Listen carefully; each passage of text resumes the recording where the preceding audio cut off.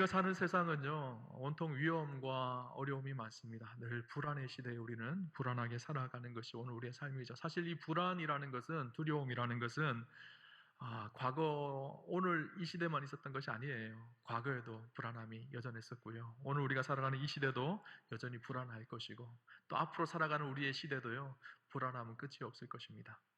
왜 그럴까요? 인간의 죄로 인해 온 세상이 깨어졌기 때문이에요. 망가진 세상 속에 우리가 살아가기 때문에 늘 위험과 불안함이 우리의 삶을 짓눌려서 우리를 이끌어갈 것입니다. 오늘 우리의 삶에 이런 불안한 시대에 살아가지만 불안에 갇혀 살아가는 그런 어리석은 삶은 아니었으면 좋겠다라는 생각이 들었어요. 오늘 성경은 우리에게 불안의 시대를 살지만 평안함이 있다는 것, 진정한 평안이 있다는 것을 우리에게 가르쳐주고 있습니다. 오늘 성경 본문은 불안해하고 두려워하고 있는 제자들에게 예수님께서 전해주시는 말씀이에요. 27절 말씀을 보면 우리가 잘 아는 말씀인데요, 우리 같이 한번 읽어보도록 하겠습니다. 같이 보겠습니다. 평안을 너희에게 끼치노니 곧 나의 평안을 너희에게 주노라. 내가 너희에게 주는 것은 세상이 주는 것과 같지 아니하니라. 너희는 마음에 근심하지도 말고 두려워하지도 말라. 아멘. 예수님께서 그렇게 제자들에게 말씀하셨습니다. 평안을 너에게 준다. 내가 주는 평안은 세상이 주는 평안과 같지 않다. 내가 주는 진짜 평안이 있으니까 너희는 마음에 근심하지도 말고 두려워하지도 말라. 그렇게 말씀하고 있죠. 이 말씀에서 보는 것처럼 당시 제자들은요, 근심하고 두려워하고 있었습니다. 그것도 그럴 것이 오늘 본문 14장부터 17장까지는요, 예수님이 십자가에 달려 돌아가시기 전에 마지막 제자들에게 하신 설교의 말씀이거든요. 지금 예루살렘의 분위기가 심상치 않은 거예요. 사람들이 예수님을 못 받고 예수님을 잡으려고 하는 그런 분위기 속에 있었던 것이죠. 이 예수님이 언제 잡힐지 모르는 그런 두려움의 상황 속에서 예수님께서 자주 하셨던 말씀이 제자들은 생각이 난 거예요. 그것이 무엇인가 하면 내가 너희를 떠나겠다는 거예요. 내가 십자가에 달려 죽는다는 거예요. 제자들은 그 말이 무슨 말인지 이해할 수가 없었습니다. 그런데 지금 보니까 분위기가 이상해지고 있는 거예요. 예수님이 잡혀가실 것 같은 거예요. 예수님도 자꾸 떠나시겠다는 거예요. 그래서 주님은 십자가를 지시는 마지막 일주일 동안 제자들과 계속 함께 하시며 계속적으로 반복적으로 하신 말씀 중에 한 가지가 무엇인가 하면 근심하지 말라라는 말씀이었었어요. 그럼에도 불구하고 실제로 이 제자들은요, 예수님이 달려 돌아가셨지만 그때 근심하고 두려워하고 방 안에 갇혀져서 두문불출하며 그렇게 두려워하며 있었습니다. 아마 그때만큼 제자들에게 힘들었을 때는 없었을 것입니다. 그런데 그런 제자들을 향해서 주님은 평안을 이야기하고 있는 거예요. 지금 막 너무너무 두려워서 힘들어서 어려워하고 있는 그 제자들을 향해서 평안을 이야기하고 있습니다. 먼저 오늘 본문을 통해 알 수 있는 제자들이 불안해하고 있는 중요한 이유가 있습니다. 무엇인가 하면 예수님께서 떠나시겠다는 말씀 때문이에요. 지금 제자들은 예루살렘에 와 있지만 예수님을 따라왔거든요. 예수님을 신뢰하며 예수님만 의지하며 그렇게 예루살렘에 와 있거든요. 근데 예수님께서 떠나시겠다는 거예요. 더 이상 함께 할 수 없다는 거예요. 예, 그래서 이 요한복음 13장 30절에 보면 베드로가 예수님께 묻습니다. 주여 어디로 가십니까 도대체? 왜 자꾸 가신다고 하십니까? 도대체 어디로 가시려고 하십니까? 그렇게 물어요. 그러자 예수님께서 하신 대답이 내가 가는 곳을 내가 지금은 따라올 수 없으나 후에는 따라오리라. 내가 가는 곳 너희가 지금은 따라올 수 없어. 실제로 예수님이 가시는 십자가의 걸음 제자들이 따라올 수가 없었어요. 그리고 나중에 이후에 그들이 예수님이 가신 십자가의 걸음을 뒤따라가게 되어지죠. 그들은 지금 두려워하고 걱정합니다. 왜냐하면 예수님의 부재 때문이었어요. 예수님 따라서 이곳에 왔고 예수님의 놀라운 기적을 날마다 체험했습니다. 풍랑을 잠잠케 하시는 주님, 그들을 신실하게 인도해 오셨던 주님, 귀신 들린 자를 치료하고 죽은 자를 살리시고 오병이어의 기적으로 수많은 사람들을 먹여 살리셨던 그 놀라운 창조주이신 기적의 하나님, 그분이 지금 우리와 함께 하셨는데 그분을 의지해서 예루살렘까지 올라왔는데 그분이 떠나시겠다는 거예요. 더 이상 의지할 대상인 그분이 더 이상 함께 하지 못한다는 이 두려움이 그들을 붙들었던 것이죠. 여러분, 우리가 잘 알듯이 예수님의 또 다른 이름이 있습니다. 예수님의 또 다른 이름이 뭐죠? 임마누엘이에요. 임마누엘의 뜻이 무엇일까요? 하나님이 우리와 함께 하신다라는 거예요. 우리 하나님 어떤 분이시죠? 천지 만물을 창조하신 하나님이에요. 근데 그 하나님께서 저 우주 밖에서 우리를 바라보시는 것이 아니라 이 땅에 육신의 몸을 입고 오셨어요. 그리고 우리와 함께 하셨어요. 그것이 임마누엘, 예수님이세요. 성육신하신 예수님이세요. 그죠? 우리가 위기와 어려움 속에서도 이 세상을 이겨낼 수 있는 힘이 어디 있을까요? 임마누엘, 그 신앙의 고백 때문이에요. 오늘 주님이 나와 함께 하신다는 고백, 주님이 나를 붙드시고 나를 인도하신다는 그 확신이 있으면 어떠한 상황과 환경 속에서도 우리가 넉넉히 승리하고 이겨낼 수가 없습니다. 사실 우리 안에 평안이 사라진 궁극적인 이유 한 가지가 무엇인가 하면, 우리는 상황과 환경 때문에 평안이 사라졌다고 생각을 해요. 상황과 환경이 우리를 불안하게 만드는 것이 아니라 실제로는요, 무엇인가 하면 오늘 내가 주님과 동행하고 함께한다는 사실을 망각하고 있기 때문이에요. 하나님 나를 이끌어 가신다는 그 은혜의 고백이 어느 순간 내 삶 속에서 사라져 버렸기 때문입니다. 근원적인 문제는요, 환경의 두려움이 아니라 하나님께서 우리를 인도하고 계시냐의 문제입니다. 하나님이 오늘 우리와 동행하고 있느냐의 문제입니다. 제자들이 그것 때문에 지금 두려워하고 있는 거예요. 그리스도이시고 메시아이신 그분이 더 이상 함께 하시지 않는다는 것이죠. 주님과 함께 하심을 잃어버릴까 두려워하는 제자들에게 두려워하지 말아야 할 이유가 무엇인지 예수님께서 말씀하십니다. 그것이 무엇인가 하면 26절에 보혜사 곧 아버지께서 내 이름으로 보내실 성령, 그 성령님을 너에게 보내실 것이다 라는 말씀을 하고 있는 거예요.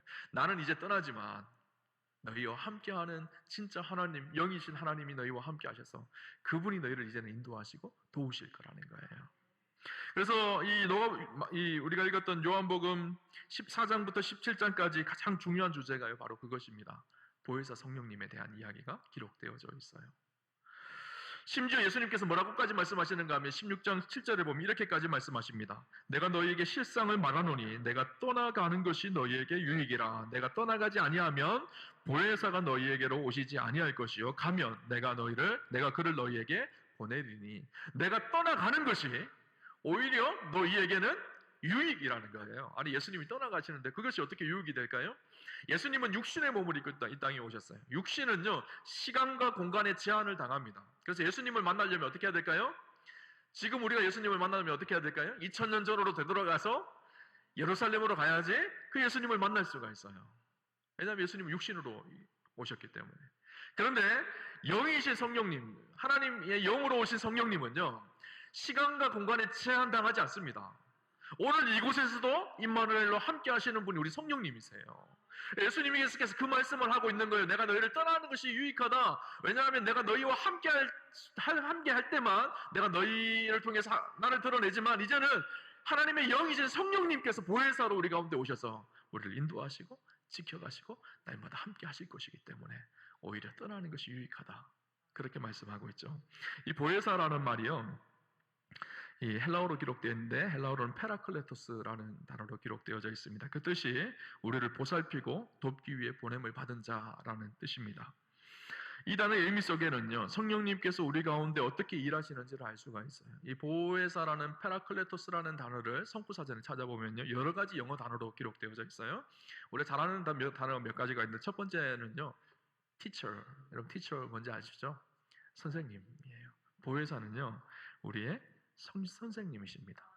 하나님의 말씀을 가르치고 하나님의 말씀을 기억나게 하시는 분. 그래서 오늘 본문 26절에 그렇게 말하고 있죠. 성령님 오셔서 우리에게 가르치시고 너희에게 말한 모든 것을 생각나게 하시겠다. 그렇게 말씀하십니다. 성령님은요, 하나님의 뜻이 무엇인지를 우리로 밝게 알게 하시는 분이세요.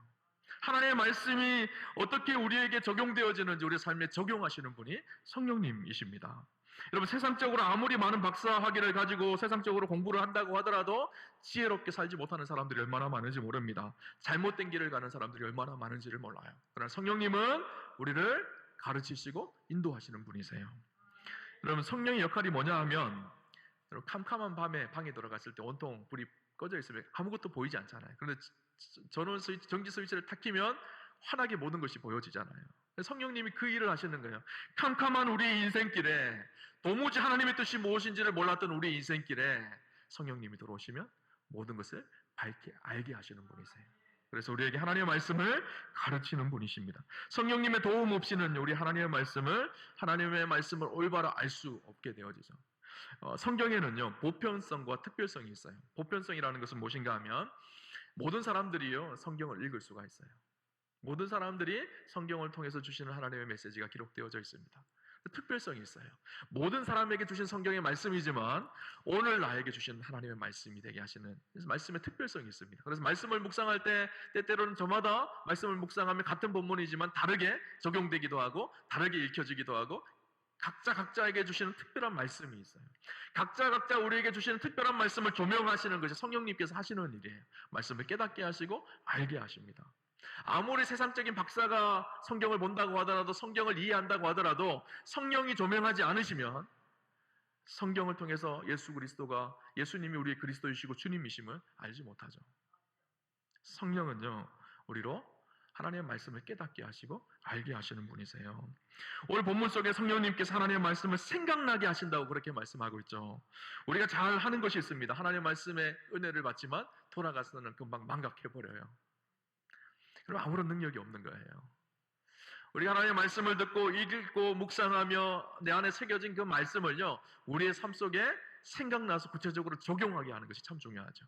성령께서 하시는 일이 그 일이에요. 우리의 하나님의 말씀이 생각나게 하는 거예요. 위기의 때에 하나님의 말씀이 생각나게 하고, 내가 죄를 지을 상황 속에 있을 때 하나님의 말씀이 생각나서 그 자리에서 벗어나서 하나님의 올바른 길로 우리를 이끌어 가시는 분이 성령님이시죠. 성령님은 그래서 우리를 가르치시는 분이세요. 또 성령님의 역할이 무엇인가 하면요, 이 페라클레토스라는 단어가 영어로 또 기록되어 있는 것이 가이드라는 단어로 기록되어 있습니다. 가이드가 뭐죠? 인도자라는 말이에요. 여러분, 여행을 갈 때 참 중요한 것이 있습니다. 좋은 가이드를 만나야 돼요. 잘못된 가이드를 만나면요, 이리저리 끌려다니다가 비싼 기념품만 사고 돌아옵니다. 그죠? 근데 좋은 가이드를 만나면요, 구석구석 가야 될 때를요 잘 가르쳐줘서 여행 갔다 오고 나서 가슴이 뿌듯해요. 마음이 뿌듯해요. 아, 여행 잘 다녀왔다. 그죠?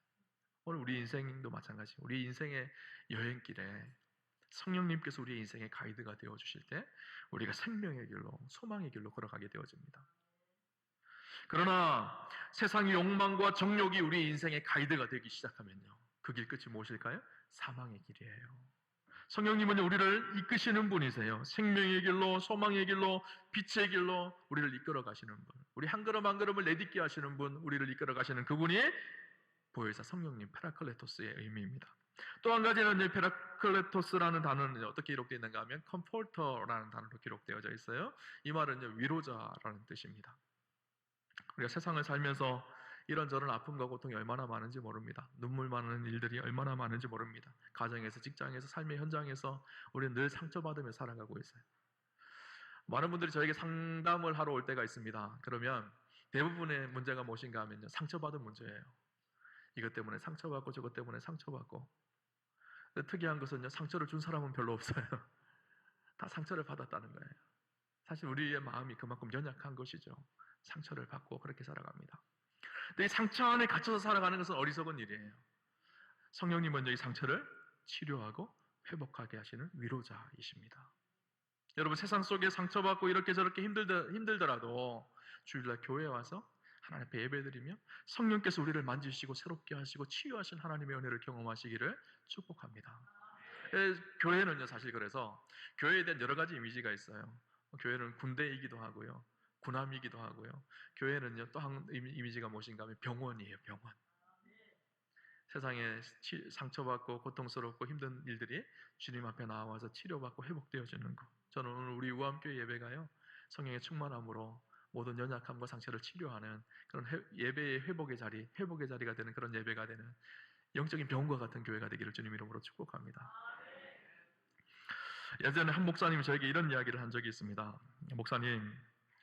목사님이 성령 충만하셔서 하나님의 말씀을 통해서 성도들이 은혜를 받기 시작하면 성도들도 성령 충만해져서 순한 양이 되어 서로를 사랑하게 되어질 것입니다.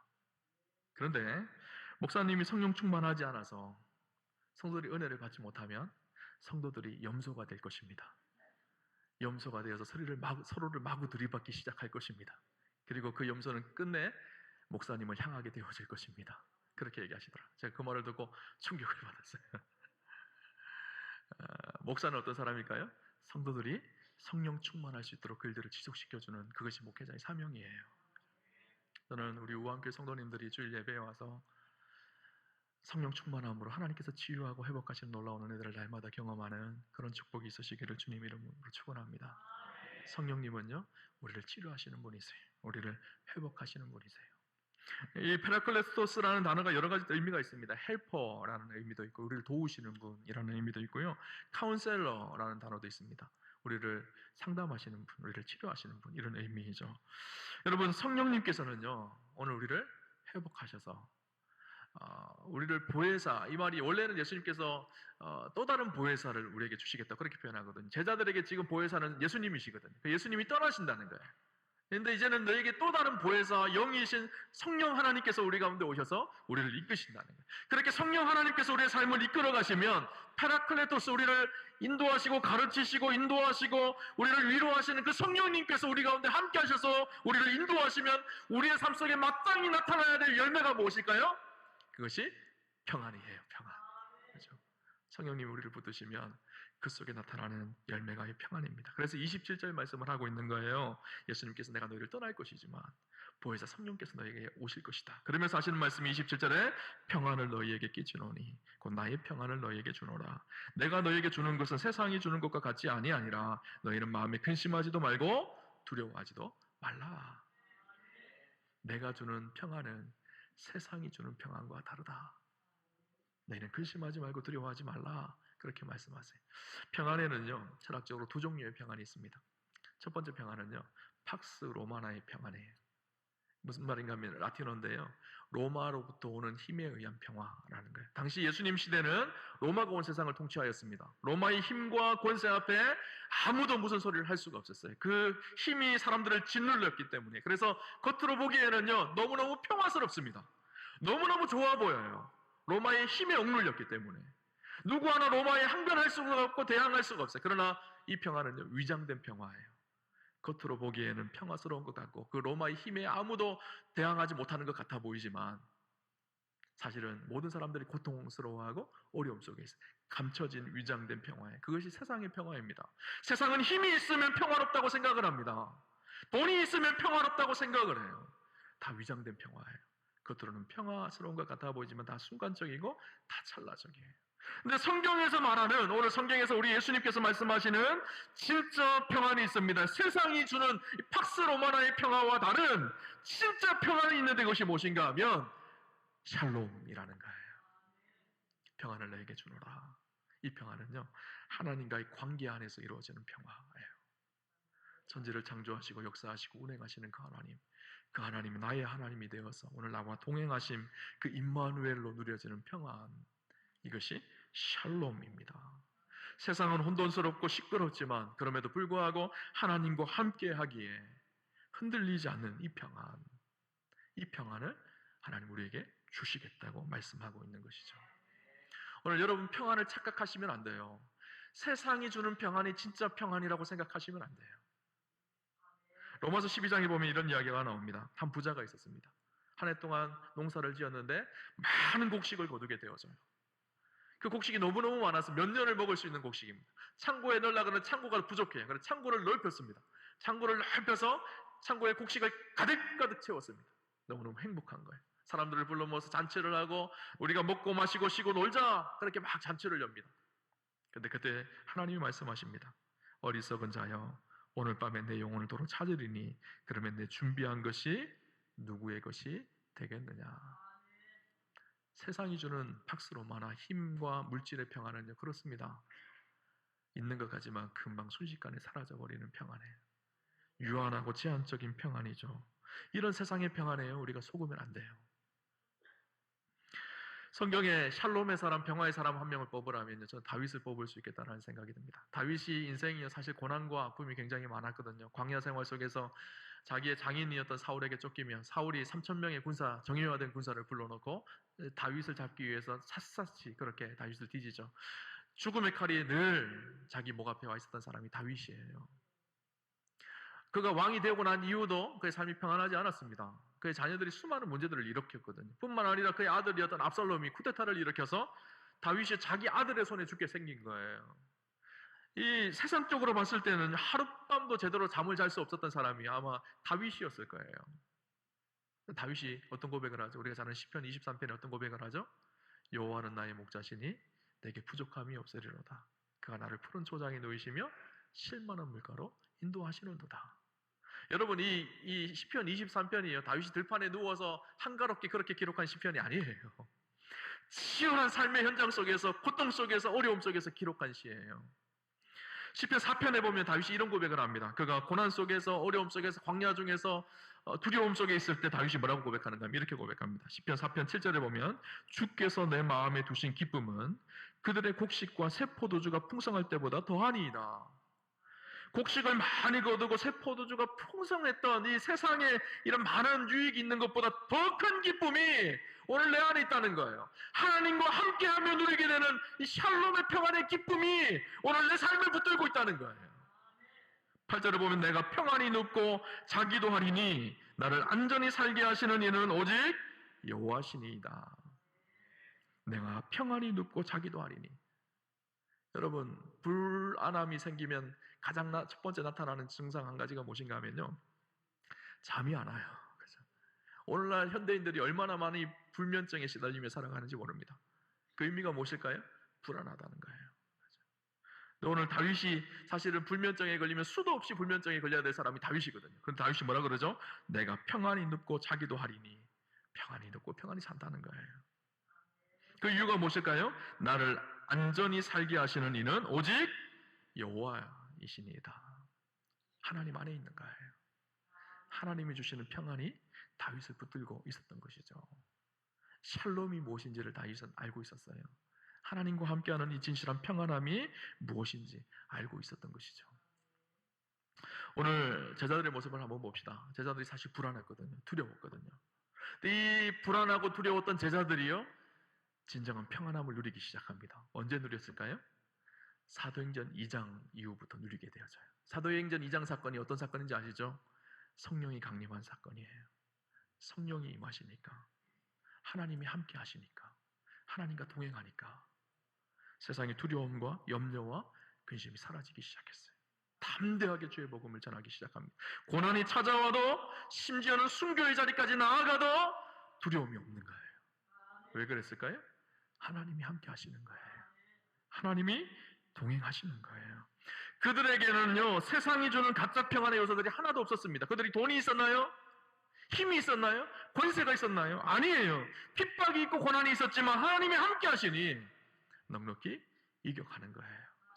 그 마음속에 진짜 하나님의 평안이 붙들고 있었던 것이죠. 그죠?